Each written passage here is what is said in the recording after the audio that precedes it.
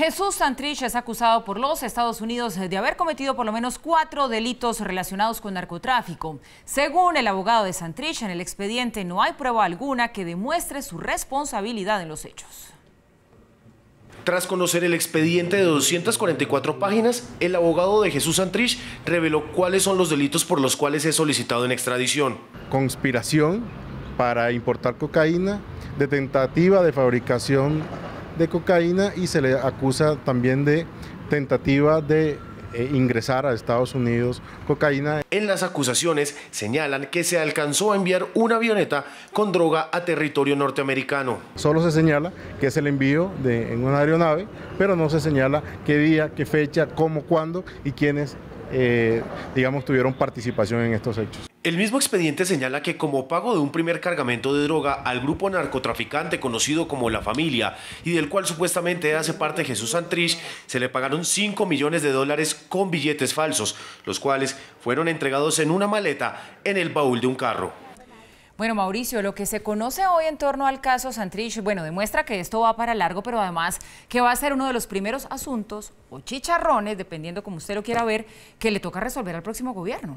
Sí, Paula, vamos a hacer las cuentas que hizo el ministro. A mí me dan 150 días. Él habla de 120 días en la JEP para que la JEP decida si los hechos ocurrieron antes o después de la firma del acuerdo de paz. Si sucedieron antes, se queda en la JEP.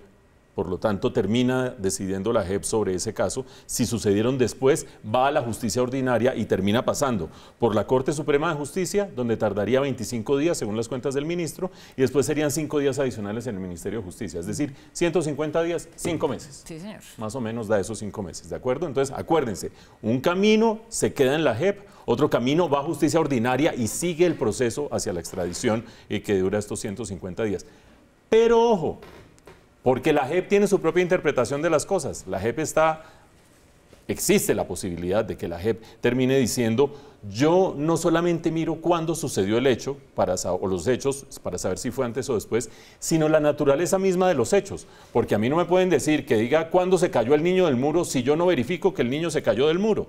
Si la JEP se pone a evaluar las pruebas, por eso fue que Estados Unidos se demoró tanto finalmente en solicitar la extradición, y con un documento tan voluminoso, porque allí hay muchas pruebas, o por lo menos material probatorio, que cree Estados Unidos que es sólido, y que el abogado que ustedes acabaron de oír, Gustavo Gallardo, dice: no, eso no es nada sólido, eso es totalmente hechizo. Si la JEP termina diciendo: no, yo para poder decidir lo de la fecha tengo que revisar muy bien los hechos, la cosa se puede enredar allí. Porque acuérdense ustedes que la Fiscalía General de la Nación ha dicho: la Jurisdicción Especial para la Paz, la JEP, no puede meterse a evaluar los hechos como tal. El Gobierno Nacional ha dicho: la JEP no puede meterse a evaluar los hechos como tal, solamente la fecha. Y fuera de eso, hay 3 procesos en curso que van a terminar yendo a dar a la Corte Constitucional. El Fiscal General de la Nación le mandó una carta a la Corte Constitucional y le dijo: pronúnciese, por favor, ¿a quién le corresponde este caso? ¿A la justicia ordinaria o a la JEP? Número 2, el mismo Jesús Santrich puso una tutela unos días antes de que el fiscal mandara esa carta diciendo: por favor, pronúnciense a ver si me quedo en la JEP o voy a la justicia ordinaria. Eso debe ir primero al Tribunal Superior de Bogotá y después quizás vaya a dar a la Corte Constitucional.